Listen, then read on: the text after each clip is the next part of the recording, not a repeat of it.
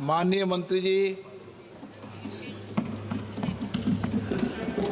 अध्यक्ष महोदय,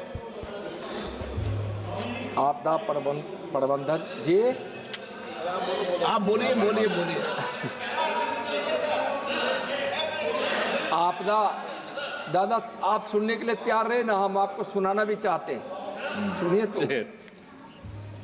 अध्यक्ष महोदय, आपदा प्रबंधन संशोधन विधेयक 2024 पर यहाँ 50 सदस्यों ने अपने विचार विमर्श किया। अपने विचार से सदन को, देश को अवगत कराया है। श्रीमान माननीय शशि थरूर जी से लेकर माननीय ब्रिज मोहन अग्रवाल जी तक लोगों ने अपने विचार व्यक्त किए हैं। महोदय, आपदा प्रबंधन संशोधन विधेयक 2024 को लोकसभा के समक्ष 2 अगस्त 2024 को ही प्रस्तुत किया गया था। आपदा प्रबंधन अधिनियम को वर्ष 2005 में संविधान की 7वीं सूची के सूची थर्ड कंकरेंट लिस्ट की एंट्री 23 के प्रावधानों को लागू करके अधिनियमित किया गया था। पिछले कई घंटों से इस पर महान सदन में चर्चा हुई है। इस संशोधन विधेयक के कुछ महत्वपूर्ण पहलुओं पर मैं जरूर माननीय सदन को बताना चाहूँगा कि यह संशोधन विधेयक केंद्र, राज्य और जिला स्तरों पर आपदा प्रबंधन संस्थानों को उनकी भूमिकाओं में स्पष्टता और एकरूपता लाकर मजबूत करने का है। महोदय, जब तक किसी की भूमिका निर्धारित नहीं होती है और सबों की अपनी भूमिका में आपदा प्रबंधन के सोच और विचार के साथ एकरूपता नहीं लाई जाएगी, तब तक आपदा प्रबंधन को मजबूत नहीं किया जा सकता। नेशनल क्राइसिस मैनेजमेंट कमेटी और हाई लेवल कमेटी को भी वैधानिक दर्जा प्रदान करने का है। कई सदस्यों ने इस पर चिंता व्यक्त की, हम बात में आएंगे। 15वें वित्त आयोग की सिफारिशों के साथ अधिनियम के प्रावधानों को ऑनलाइन करने के उद्देश्यों पर सार्थक चर्चा की है। आपदा प्रबंधन के क्षेत्र में कार्य करने वाले विभिन्न सरकारी संगठनों के कामकाज में अधिक ट्रांसपेरेंसी, रिस्पॉन्सिबिलिटी, एफिशिएंसी और सिनर्जी लाने वाले ऐतिहासिक विधेयक आज महान सदन पारित करने पर विचार किया है। वर्तमान अधिनियम का इतिहास और उसकी संवैधानिक स्थिति पर भी कई लोगों ने बात रखी है, तो मैं स्पष्ट रूप से कहना चाहूँगा कि आपदा प्रबंधन अधिनियम को वर्ष 2005 में भारत में आपदा प्रबंधन के लिए एक फ्रेमवर्क बनाने के लिए अधिनियमित किया गया था,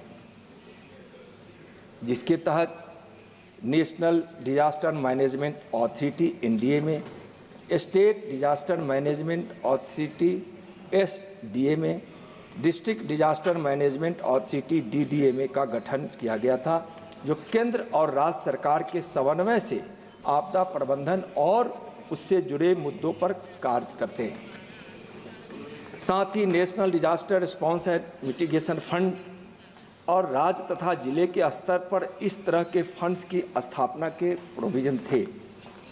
आज बदली हुई परिस्थितियों और ज़रूरतों के लिए इस अधिनियम में संशोधन करना बहुत ही आवश्यक महसूस किया गया। इसके क्रियान्वयन की सीमाओं और समस्याओं को ध्यान में रखते हुए इसकी समीक्षा संशोधन करने हेतु कई लोगों ने सवाल उठाया है कि इस पर विचार कम किए गए, कई और लोगों की सलाह ली जाती। उसके संबंध में मैं अध्यक्ष महोदय कहना चाहूँगा कि वर्ष 2011 में टास्क फोर्स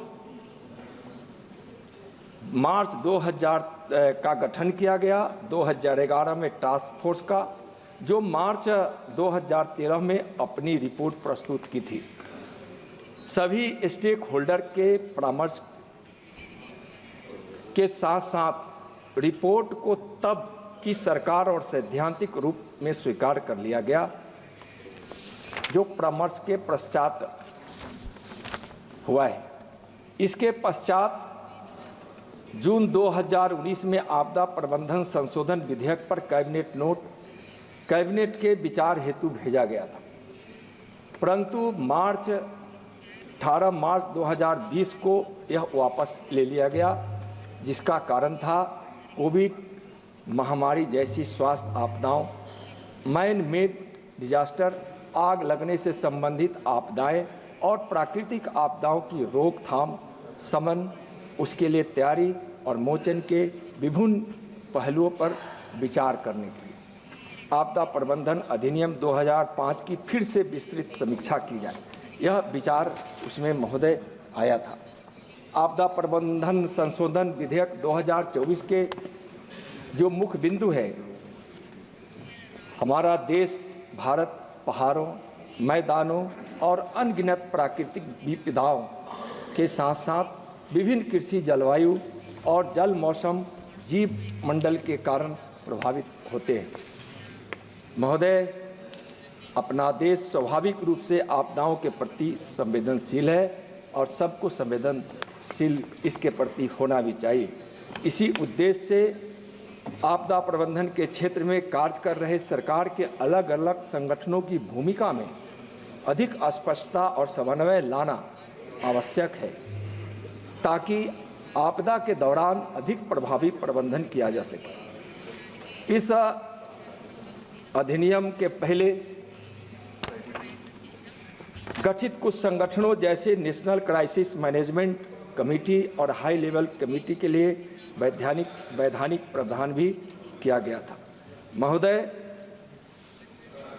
शहरी आपदा प्रबंधन प्राधिकरण के सृजन के लिए भी प्रावधान करना, एनडीएमए और एसडीएमए को अधिक प्रभावी बनाना, राष्ट्रीय और राज्य स्तर पर आपदा डेटाबेस के सृजन करने के लिए प्रावधान करना भी है। 15वें वित्त आयोग की सिफारिशों के साथ अधिनियम के प्रावधानों को संरेखित करना, मोदी सरकार के नेतृत्व में डिजास्टर मैनेजमेंट अप्रोच में बदलाव जरूरत के रूप में आया और माननीय प्रधानमंत्री आदरणीय नरेंद्र मोदी जी के नेतृत्व में भारत में आपदा प्रबंधन के लिए एक समग्र और एकीकृत दृष्टिकोण लाया गया है।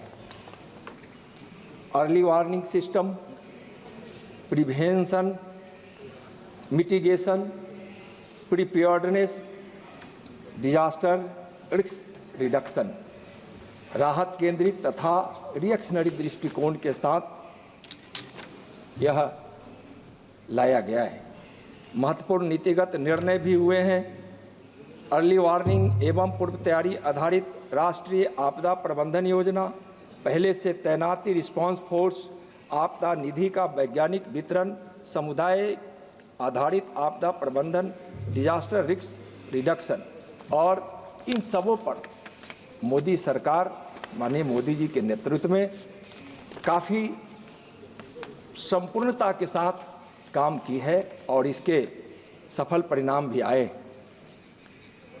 मैं इन संशोधनों को बेहतर चर्चा के उद्देश्य से 4 श्रेणी में विभाजित करना उचित समझता हूँ। एक, ट्रांसपेरेंसी, रिस्पॉन्सिबिलिटी, और तीसरा एफिशिएंसी और सिनर्जी की बात जो मैंने कही है उस पर जोर देना।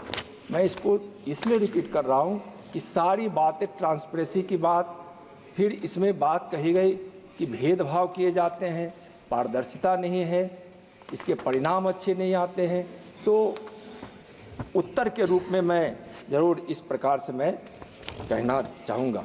महोदय, माननीय शशि थरूर जी जब इस चर्चा को प्रारंभ किए तो उन्होंने सबसे पहले एक विषय उठाया कि यह विधेयक संवैधानिक है ही नहीं, यह असंवैधानिक है, और उन्होंने एक प्रविष्टि 23 के तहत लाया गया है और इस पर उन्होंने प्रश्न चिन्ह खड़ा किया था।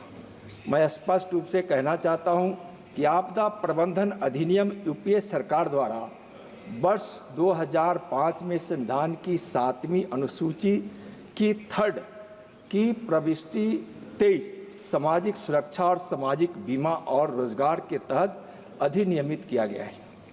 प्रस्तावित आपदा प्रबंधन विधेयक 2024 उसी प्रविष्टि के तहत किया जा सकता है जिसका पूरा अनुपालन हुआ है।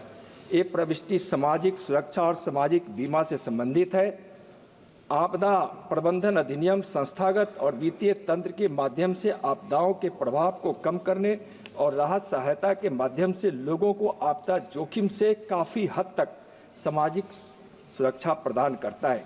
इसके लिए जिला, राज्य और राष्ट्रीय प्राधिकरणों और सरकारी मशीनरियों को आपदा की तैयारी, मोर्चा रिकवरी और पुनर्निर्माण के साथ क्षमता निर्माण और शमन के उपाय करने की भी जिम्मेदारी दी है। महोदय, वायनाड की काफ़ी चर्चा हुई है और कई सदस्यों ने इस विषय को उठाया है। उस पर भी मैं कहना चाहूँगा कि वायनाड निश्चित रूप से बड़ी दुर्घटना आपदा के रूप में आई और उस समय 30/7/2024 को केरल के वायनाड में भूस्खलन और अचानक बाढ़ की एक दुर्भाग्यपूर्ण घटना घटी। केंद्र सरकार पर आरोप है कि केंद्र सरकार वायनाड की घटना को संवेदनशीलता से नहीं ली है, लेकिन मैं स्पष्ट रूप से इस सदन में कई बार कह चुका हूँ और माननीय गृह मंत्री जी भी स्पष्ट रूप से वायनाड के विषय में बताए हैं। और कई बार जब विपक्ष ने सोशल मीडिया के माध्यम से भी इस विषय को उठाया है तो उसको भी उस के रूप में स्पष्टता कि वायनाड में किस प्रकार से मोदी सरकार सजग रही और संवेदनशील रही। माननीय प्रधानमंत्री जी स्थिति की लगातार नजर रखे हुए थे। माननीय गृह मंत्री जी खुद मुख्यमंत्री जी से लगातार संपर्क में थे। सरकार की ओर से हर संभव सहायता समय पर प्रदान की गई है। केंद्रीय सरकार ने SDRF के तहत और बहाली के लिए, राहत के लिए महोदय आपके ही जब सुन तो लीजिए, पूरा सुन लीजिए। सुनने के बाद जब सुनने के बाद पूरा सुनिए। अच्छा सुन लीजिए। पहले आपकी बात को मैं बहुत तरीके से सुना हूँ और माननीय मंत्री जी और वहाँ के रजिस्ट्रार के द्वारा ही जो रिपोर्ट किया गया था उस रिपोर्ट के हिसाब से आपदा प्रबंधन के लिए सरकार बाद में नहीं पहले ही चिंता करती है।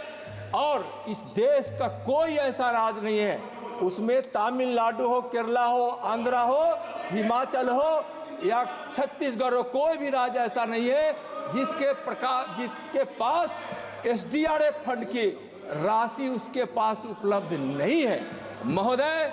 और राशि पहले दिए जाने का पहला उद्देश्य होता है कि आपदा के संकट में राशि मांगना ना पड़े और राज्यों के पास इतनी राशि उपलब्ध हो कि कोई भी आपदा है तो राज्य की सरकार उस केंद्र के पैसे के माध्यम से अपने प्रभावित लोगों को महोदय मेरे पास महोदय मैं सभा पटल पर मैं सभी राज्यों के पास कितने फंड है और NDRF से कब मदद किया गया है, कोई भेदभाव नहीं किया गया है। मैं आपके समक्ष इस सभा पटल के समक्ष माननीय सदन के समक्ष सभा पटल पर मैं इस रिकॉर्ड को रखता हूं। अगर सुनने के लिए तैयार है तो राज भाई क्या क्या मदद की गई है और क्या क्या की गई है सबको मैं टेबल करता हूं, मैं टेबल करता हूं उसको महोदय। तब भी अगर उनको शक है तो मैं ऐसे विचार को समझाते रह जाऊंगा, लेकिन उनका न विचार बदलेगा न उनके समझ में बात आएगी। महोदय उसी वायनाड में हमारी वायुसेना लगी, उसी वायनाड में एनडीआरएफ पहुंची, उसी वायनाड में पुल बनाए गए। दिन रात राज्यों के सहयोग से, मैं राज्य के सहयोग को इनकार नहीं कर रहा हूं, लेकिन आपको भी मोदी सरकार के सहयोग को आपको भी स्वीकारना चाहिए। आप सब पे राजनीति नहीं होनी चाहिए, यह संवेदनशील मामला है। और बोले हैं तो सुनने के लिए तैयार रहिए। मैं सुन तो लीजिए महोदय, मैं स्पष्ट रूप से मैं रिकॉर्ड पे बोल रहा हूँ, और रिकॉर्ड है मेरे पास, रिकॉर्ड है मेरे पास। मैं महोदय, बैठिए केंद्र सरकार ने जाओ एसडीआरएफ के तहत और बहाली के लिए राज्य सरकार को तत्परता से धनराशि जारी किया। केरल के पास एसडीआरएफ में 394 करोड़ 99,000 रुपए की धनराशि पहले से ही केंद्र सरकार द्वारा दी गई थी, वह उपलब्ध था। इसके बावजूद केंद्र सरकार द्वारा वायनाड की आपदा के अगले ही दिन करोड़ रुपए जारी किए गए और 145 करोड़ रुपए 1 अक्टूबर को जारी किए गए। इस तरह से राज्य के पास कुल मिलाकर उसके पास 700 करोड़ से भी ज्यादा धनराशि उपलब्ध थी। 10 अगस्त को माननीय प्रधानमंत्री जी वायनाड के भूस्खलन से प्रभावित चोरल, माला, मुंडकी विभिन्न क्षेत्रों में हवाई सर्वेक्षण कर प्रभावित लोगों को, अपने परिजनों को खो चुके बच्चों की सहायता के लिए नई दीर्घकालीन योजना बनाने की आवश्यकता पर बल दिया। माननीय प्रधानमंत्री जी ने वायनाड के लोगों को आश्वासन दिया था कि देश और केंद्र सरकार इस क्षेत्र में आजीविका बहाल करने में कोई कसर नहीं छोड़ेगी, चाहे वह घर हो, स्कूल हो, सड़क और संरचना हो या बच्चों का भविष्य हो। राज्य सरकार ने माननीय प्रधानमंत्री जी के इस अनुशासन के अनुपालना में अत्यधिक देरी की महोदय, और अभी भी स्थिति क्या है मैं बताना चाहूंगा। और इस घटना के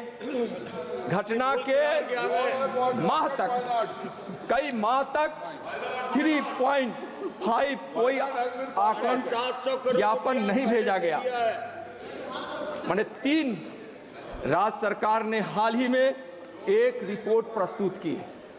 इसके तहत रिकवरी और पुनर्निर्माण के कार्यों के लिए 2219 करोड़ रुपए अपने अनुमान के साथ अपना ज्ञापन प्रस्तुत किया हाल ही में। और जब इस पर विचार का प्रावधान होता है, स्थापित प्रक्रिया के अनुसार केंद्र राज्य सरकार के राज्य की रिपोर्ट के जांच करने के तुरंत ही एक आईएमसीटी मंत्रालय टीम पुनर्प्राप्ति है और इसकी रिपोर्ट के उपरांत पुनर्निर्माण के लिए उचित केंद्रीय सहायता प्रदान की जाएगी। महोदय, प्रक्रिया में इन्होंने विलंब किया है। जैसे ही इनका ज्ञापन हुआ है, आईएमसीटी गठित की गई है और उसकी प्रक्रिया प्रारंभ है, लेकिन उनको सबको समझना होगा कि केंद्र सरकार जो सहायता देती है वह राहत सहायता है, मुआवजा नहीं है। या बार बार लोग बोलते हैं विषय राज्यों का है, लेकिन मोदी सरकार मानती है विषय राज्यों का है, लेकिन राज्यों के साथ साथ अगर आपदा आती है तो उसका दर्द केंद्र को भी होता है और केंद्र राज्य के लिए चिंतित होती है। महोदय, इन बहुत सारे विषयों पर जी कोई काम के नहीं, आप ही पर बोलते हैं दादा महोदय, दादा 2 चिंता व्यक्त कर गए।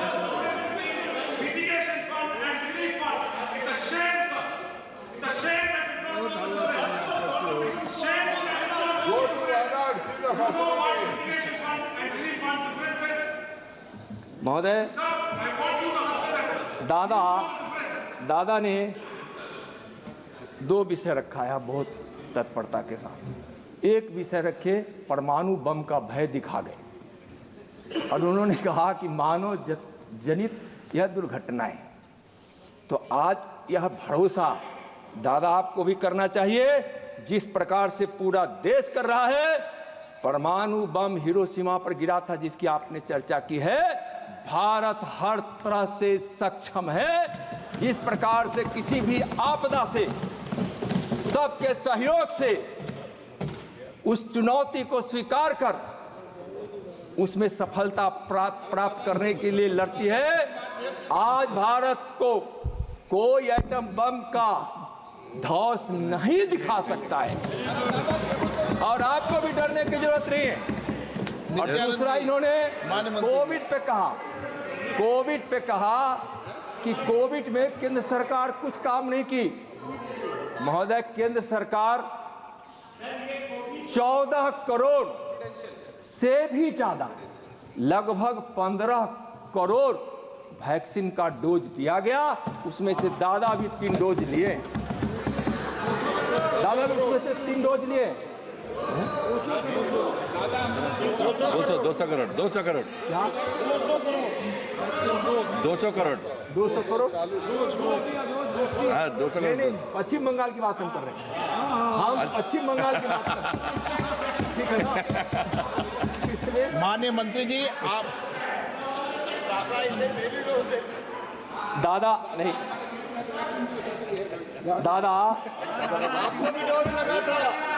यहाँ महोदय आप यहाँ बैठे हैं तो वैक्सीन के कारण कनी मोदी जी ने वैक्सीन लगा उसके कारण कनी मोदी जी पश्चिम बंगाल की चिंता की और दादा के बोलने के पहले बोल दी थी।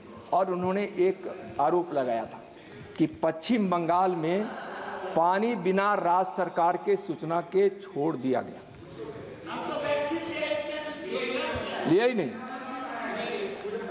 तो और दामोदर बराज कोई डैम नहीं है। इस के प्रबंधन में वेस्ट बंगाल के प्रतिनिधि होते हैं, जो दामोदर, जिसकी चर्चा उन्होंने किया कि नदी का पानी छोड़ दिया गया। तो वहाँ कोई बराज नहीं है और वहाँ प्रतिनिधि जो होते हैं पश्चिम बंगाल के होते हैं। तो यह कहना कि राज्य को कोई सूचना नहीं थी, जबकि वहाँ उसके ऑलरेडी प्रतिनिधि थे।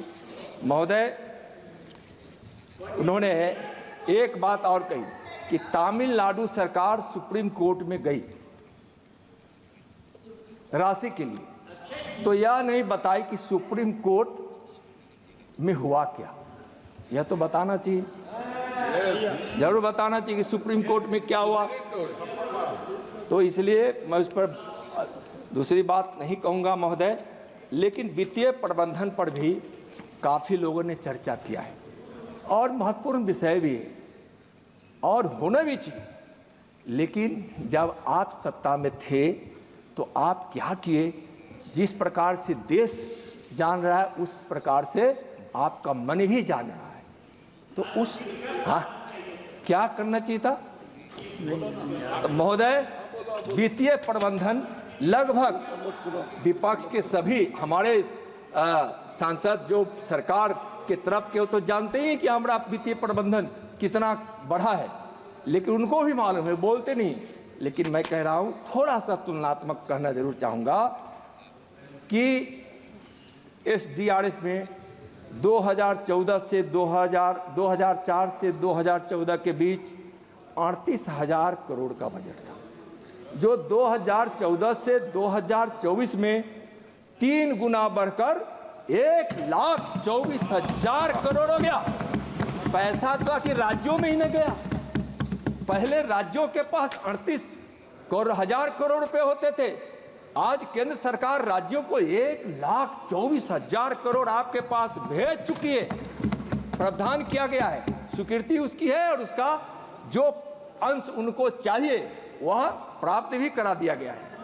महोदय, 2014 से 2024 में NDRF फंड में मात्र 28,000 करोड़ का बजट था, जो 2014 से 2024 में 3 गुना बढ़कर 79,000 करोड़ रुपया। अब यस यस जब इन फंडों को देखेंगे तो इस फंडों में जो कुल राशि बढ़ी है वह 2014 से 2004 से 14 के बीच 66,000 करोड़ का बजट था, वह 2014 से 2024 में 3 गुना बढ़कर 2 लाख करोड़ से भी ज्यादा 3 गुना बढ़ा महोदय। ये पैसा गया कहाँ? राज्यों के पास गया। ये राज्यों के गया। समन फंड भी बनाया गया, उसमें भी, ताकि कई माननीय सांसद बता रहे थे कि पूर्व में, भदौरिया साहब शायद बता रहे थे और कई माननीय सांसद बता रहे थे कि पूर्व में, आपदा के पूर्व में कुछ प्रबंधन होना चाहिए, तो उसके समन के लिए भी एक समन कोष का प्रावधान किया गया है, जो हम किस प्रकार से उसकी चिंता कर सकें।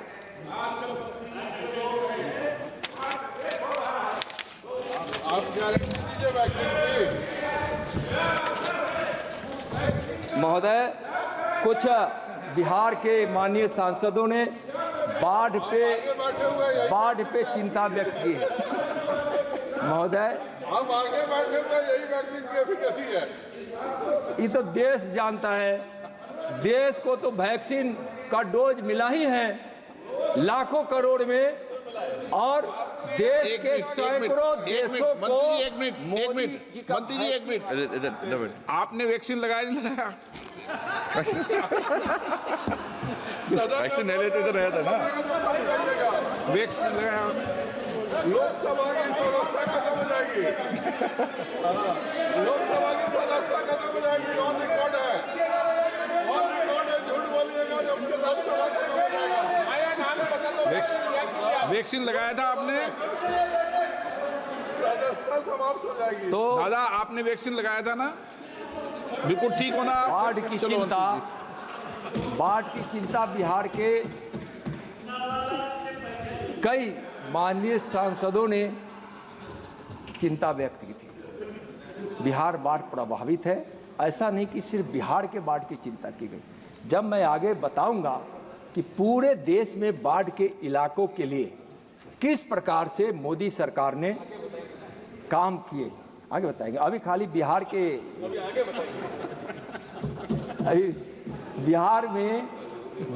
के बाढ़ के रोकथाम के लिए माननीय प्रधानमंत्री जी ने 11,000 करोड़ रुपए दिए।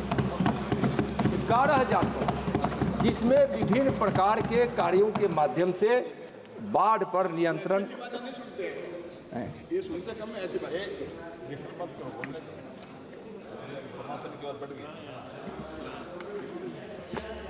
महोदय, हर राज्य की बताओगे? महोदय, मैं अब समापन की ओर हूं, लेकिन मोदी सरकार के द्वारा जो कदम उठाया गया है, उन कदमों से, उन पहलों से इनके सारे शंका का समाधान भी है और इनकी चिंता भी दूर हो जानी चाहिए। और सबको मिलकर, जो हमारे माननीय प्रधानमंत्री जी आह्वान करते हैं कि आपदा हो, चाहे देश के विकास का मामला हो, देश की एकता अखंडता का मामला हो, उस सब को एक साथ मिलकर काम करना चाहिए। और कोविड आपदा में तो उन्होंने माना भी कि सबका उसमें सहयोग रहा है। महोदय, यहाँ माननीय प्रधानमंत्री जी ने 2016 में, मैं इसलिए बताना चाहूंगा कि आपको भी गर्व होगा और पूरे देश को गर्व है और पूरे दुनिया ने जिसकी सराहना की है, 2016 में डिजास्टर रिस्क रिडक्शन के लिए 10 सूत्री एजेंडा दिया था। और मैं इसकी चर्चा सर महोदय इसलिए कर रहा हूं, अध्यक्ष महोदय, कि कई लोगों ने कहा था कि हमारे घरेलू अनुभव का उपयोग होना चाहिए। इस 10 सूत्री एजेंडा में वह भी है, इसमें महिलाओं की सहभागिता भी है, इसमें डिजास्टर रिस्क मैनेजमेंट के सिद्धांतों के, जो विकास के सिद्धांत हैं सभी क्षेत्रों के, उसकी भी चिंता की गई है। यहाँ बहुराष्ट्रीय कंपनियों और राज्यों तक सभी के लिए रिस्क कवरेज सुनिश्चित किया गया है। इसमें महिलाओं के लीडरशिप को भी और उसकी भूमिका को भी सुनिश्चित की गई है। मंत्री जी, मोबाइल नहीं। वैश्विक स्तर पर प्रकृति और आपदा के जोखिम को समझने के लिए रिस्क मैपिंग में निवेश किया गया है महोदय। यहाँ आपदा संबंधी विषयों पर कार्य करने के लिए विश्वविद्यालयों का नेटवर्क खड़ा किया गया है।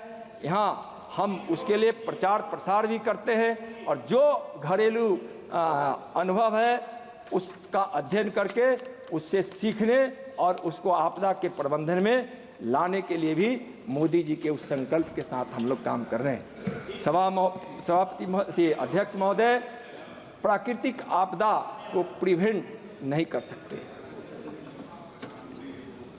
लेकिन उसके लिए प्रिपेयर होना बहुत जरूरी है, इसलिए उस सिद्धांत को भी अपनाया गया है। महोदय, यहाँ माननीय प्रधानमंत्री जी भारत के आपदा प्रबंधन में जीरो कैजुअलिटी अप्रोच को अपनाए हैं और प्रधानमंत्री जी के डिजास्टर रियलेंट भारत के विजन के अनुकूल है। पहले चक्रवात में दादा हम देख रहे थे, हम एनडीआरएफ के कंट्रोल रूम में देख रहे थे। पश्चिम बंगाल को कहा गया था कि आप आफत आती तूफान आने वाला है, कलकत्ता पे प्रभाव जाएगा, बिजली काट दीजिए, और आप बिजली नहीं काटे और उसमें 4 लोगों की जान चली गई। तो जिम्मेदार कैसे सुनते तो है नहीं महोदय। और चक्रवात में 98% के मानव नुकसान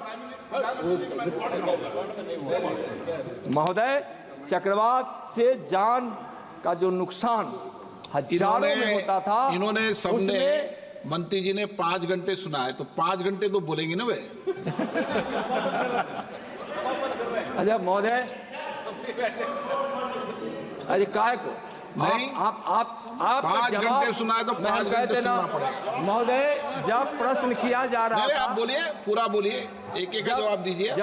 जब प्रश्न किया जा रहा था तो मैं उठकर कोनी मोदी जी को बताया था कि आप जवाब सुनने के लिए तैयार रहिएगा, जितना आप प्रश्न करेंगे उतना संतुष्ट मैं जरूर करूंगा अपने उत्तर के माध्यम से। अगर आप यह कह दीजिए कि हम संतुष्ट हैं तो मैं जय हिंद भारत बोलकर मोदी जी की जय बोलकर भाषण समाप्त कर देता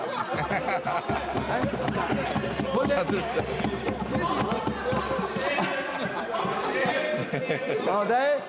तो मैं कह रहा था कि चक्रवात में जितने जान की नुकसान होती थी, मानव नुकसान होता था, उसमें 98% की कमी आई। महोदय, एनडीआरएफ के विषय में भी यहाँ माननीय कई सदस्यों ने कहा, एनडीआरएफ के 4 बटालियन बढ़ाए दिए गए हैं, अब 16 बटालियन है और देश के विभिन्न क्षेत्रों में फैला हुआ है और उसकी उपलब्धि यही नहीं है, देश विदेश तक। अब आप बोलते, अब बोलते रहे, बोलते माइक नहीं दिया। अब आप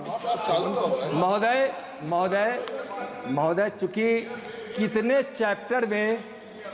चैप्टर में इनका प्रश्न है, इसलिए जो चैप्टर खुलता है उस चैप्टर के माध्यम से हम माननीय सभी सदस्यों के प्रश्न का उत्तर देना मैं मुनासिब समझता हूँ महोदय। और बटालियन में बहनों को भी सहभागिता में दिया गया है महोदय। आपदा प्रबंधन में के क्षेत्र में नहीं सर महोदय, अध्यक्ष महोदय, आप उठाकर देखिए, इन्होंने भारत के आपदा प्रबंधन को राष्ट्रीय स्तर पर क्या मान्यता है, इस पर इन्होंने बात कही थी, मैं उसका उत्तर देना जरूर चाहूंगा महोदय। आपदा प्रबंधन में भारत के डिजास्टर मैनेजमेंट मोदी जी का वह वाक़ा वसुधैव कुटुंबकम की भावना के साथ आत्मसात करते हुए इस क्षेत्र में काम किया गया है। मैं 2015 में मैत्री ऑपरेशन हुआ, नेपाल के भूकंप के संदर्भ में 2018 में ऑपरेशन समुद्र मैत्री हुआ इंडोनेशिया के संदर्भ में, ऑपरेशन दोस्त हुआ भूकंपग्रस्त तुर्की और सीरिया के आपदा के समय, 2023 में ऑपरेशन करुणा हुआ जो बंगाल की खाड़ी में चक्रवात मोका के दौरान म्यांमार जो प्रभावित हुआ उसके लिए कदम उठाए गए, और ऑपरेशन सद्भाव जब वियतनाम में तूफान यागी आया उस समय ऑपरेशन सद्भाव किया गया।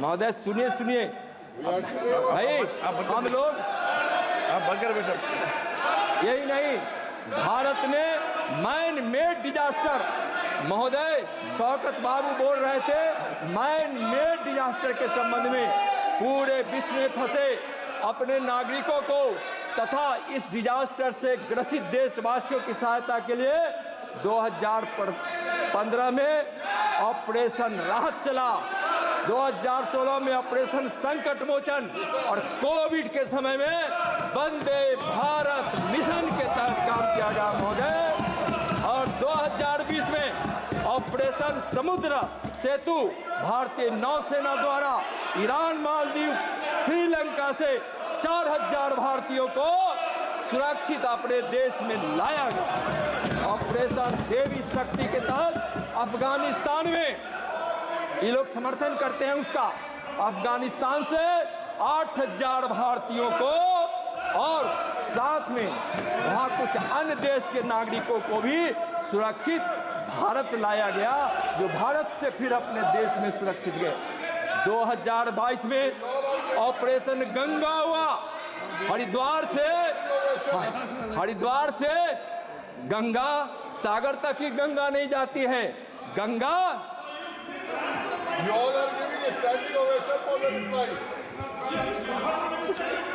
महोदय ऑपरेशन गंगा के तहत जब यूक्रेन से 18,000 भारतीय नागरिकों को, खासकर विद्यार्थियों को 90 स्पेशल फ्लाइट से सुरक्षित भारत वापस लाया गया।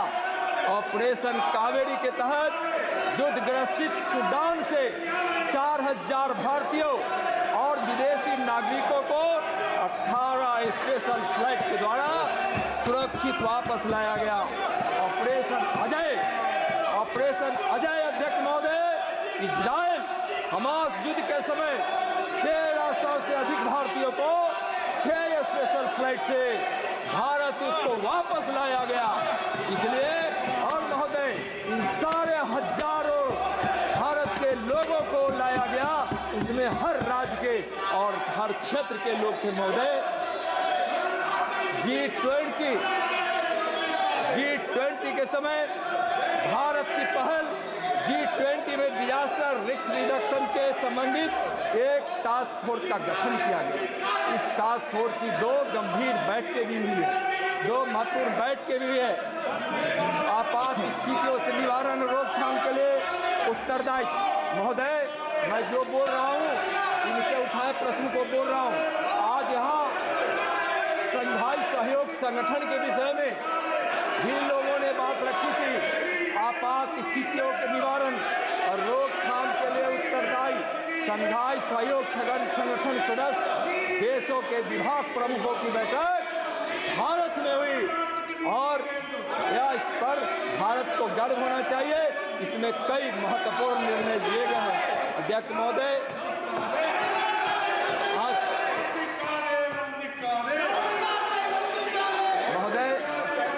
CDRI आपदा प्रबंधन में भारत के वैश्विक नेतृत्व का एक बड़ा उदाहरण है। माननीय प्रधानमंत्री जी ने इसकी नींव 23 दिसंबर 2019 को न्यूयॉर्क में संयुक्त राष्ट्र के क्लाइमेट एक्शन समिट में महोदय रखी गई। अब तक 40 देश और 7 अंतर्राष्ट्रीय संगठनों ने CDRI की सदस्यता ग्रहण की है। वैश्विक स्तर पर भारत की इस नीति की स्वीकार्यता को दर्शाता है। महोदय, यहाँ बहुत जगह कहा गया कि इसमें सामाजिक संगठनों को भी जोड़ना चाहिए। माननीय सदस्यों के तरफ से कहा गया था कि सामाजिक संगठनों को जोड़ना चाहिए। महोदय 350 डिजास्टर प्रोन जिलों में 1 लाख आपदा मित्रों को प्रशिक्षित कर आज वहाँ उसकी मौजूदगी है और 370 करोड़ से कम्युनिटी वॉलेंटियर्स को प्रशिक्षित नहीं किया गया है। 1 लाख कम्युनिटी वॉलेंटियर्स आपदा के बाद राहत और बचाव कार्य के लिए प्रशिक्षित किए गए।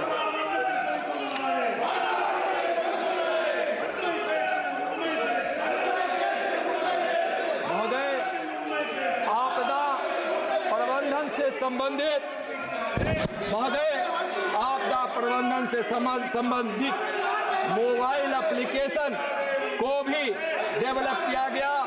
Mobile application Mausam, Meghdoot, flood watch, Damini, pocket Bhuvan, Sachet और वनाग्नि विभिन्न प्रकार के आपदाओं की चर्चा की गई थी।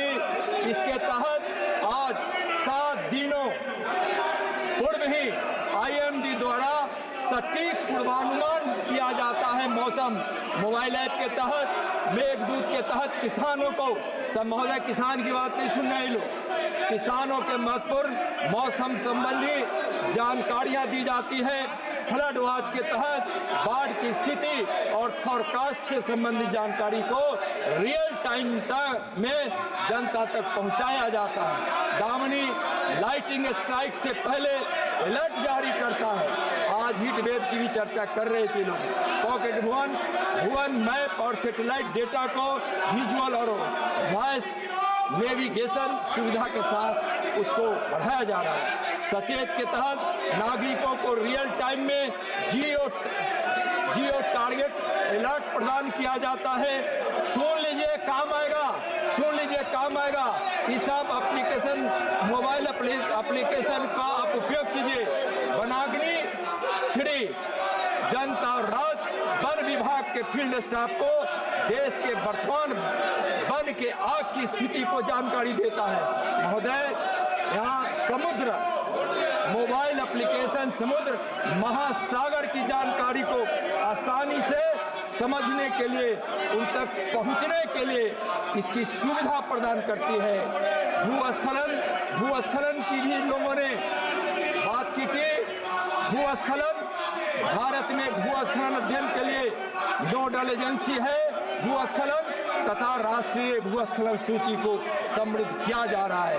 प्रधानमंत्री फसल बीमा योजना से विभिन्न फसलों के लिए विशेष मौसम की स्थितियों की बीमा की जाती है। आज बीमा की भी बात कही जा रही थी।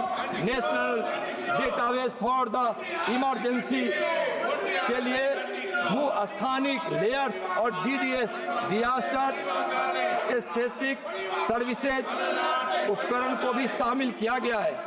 और भूकंप के लिए भी इंडिया क्वेक भूकंप के मापदंडों को स्थान, समय और परिणाम का ऑटोमेटेड प्रसारण किया जाता है। महोदय, तो इस प्रकार से सब नरेंद्र मोदी जी के नेतृत्व में इस तरह की पहल की गई है। इस पहल से बहुत सारी सफलता मिली है। महोदय, तमिलनाडु के विषय में पूछ रहे थे। महोदय सुन लीजिए, हम तमिलनाडु बोल रहे हैं। मैं तमिलनाडु के विषय में बोल रहे। तमिलनाडु की जनता देख रही है कि उनकी बातों को आप सुनना नहीं चाहते। तमिलनाडु में 2023-24 में SDRF का फंड 856 करोड़ दिए गए और NDRF का 276 करोड़ रुपए दिए गए महोदय। और तमिलनाडु को 2024-25 में 944 करोड़ रुपए दिए गए। अब तो सुनिए, आप सुनिए। इसलिए आप शोर मचाकर सदन को और देश को गुमराह नहीं कर सकते हैं। मोदी जी ने आज से नहीं, जब 2014 में शपथ ग्रहण के साथ ही आपदा के दर्द को समझा था और उन्होंने आपदा के प्रबंधन के क्षेत्र में जितना उन्होंने काम किया है या जग जाहिर है। और चाहे किसी भी प्रकार की आपदा हो, माननीय गृह मंत्री जी भी आपदा प्रबंधन को लेकर हमेशा राज्यों के संपर्क में रहते हैं, स्टेक होल्डर के संबंध में रहते हैं और उस पर हमेशा वह चिंतित होकर आपदा प्रबंधन के माध्यम से आपदा के नुकसान का न्यूनीकरण हो, आपदा के समय लोगों को राहत सहायता के रूप में हम उसको तत्परता के साथ काम आ सके। कोई भी आपदा आए तो केंद्र सरकार के सारे विभाग, सारे मंत्रालय एकजुट होकर हम राज्य के या आपदा के किसी क्षेत्र में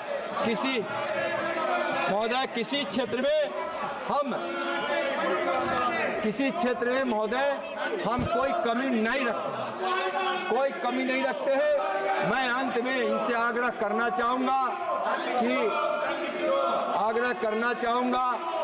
कि 2024 के आपदा संशोधन विधेयक का आप समर्थन कीजिए।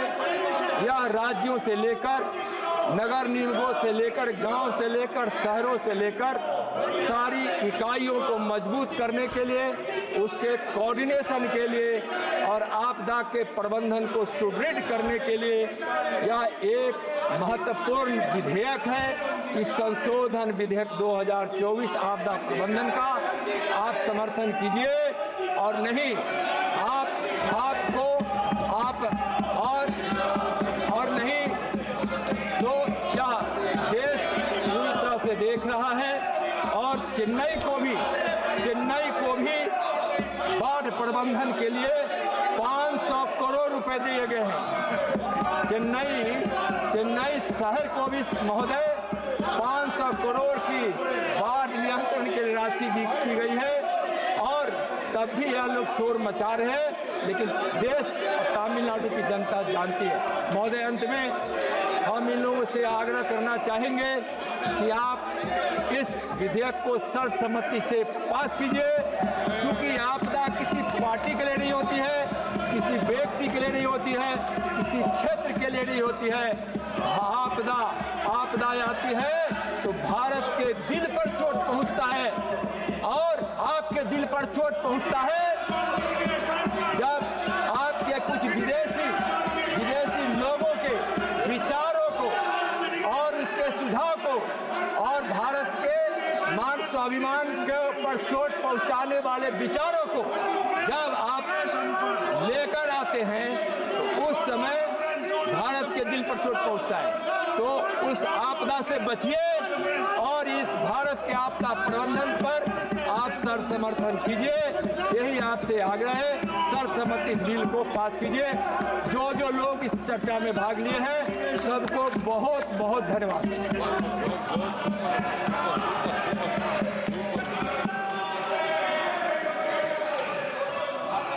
प्रश्न ये कि विधेयक पर